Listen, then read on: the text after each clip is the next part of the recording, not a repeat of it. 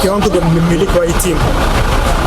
Kwa hiyo sisi tumekuja hapa kuanzia saa 9 tukakuta moto huko juu unaendelea kuwaka mkubwa sana. Mpaka sasa hivi chanzo hatukijua, lakini labda kwenye uchunguzi utakapofanyika tutajua nini kimesababisha moto. Labda idara. Kweli kwenye swala la kuzima moto naona kama kuna kauzembe fulani, na nikiulizwa sana naweza kusema TANESCO pia inahusika, na vimeharibika vitu vingi sana mpaka mwenye mali sasa hivi hatujui ana hali gani. Tulikuwa tunaomba serikali iingilie kati kuchunguza hasa chanzo cha huu moto.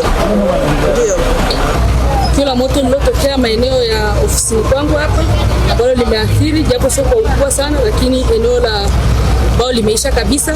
Pia tunashukuru serikali kwa kweli, walipambana, watu wa moto walikuja kwa wakati, japo kulikuwa na changamoto ya gari moja kuharibika, lakini walisaidia kwa asilimia kubwa sana. Upande mwingine wa TANESCO waliwahi kwa wakati, askari walifika kwa wakati kwa ajili ya kulinda mali za wananchi. Tunashauri tu serikali kwa mkoa wa Arusha iongeze idadi ya magari kwa sababu yalikuja matatu lakini bado hayakutosha kutokana na ukubwa wa moto. Mnamo saa 9:08 kupata taarifa ya tukio la moto kwamba mbao zinaungua eneo mwishoni.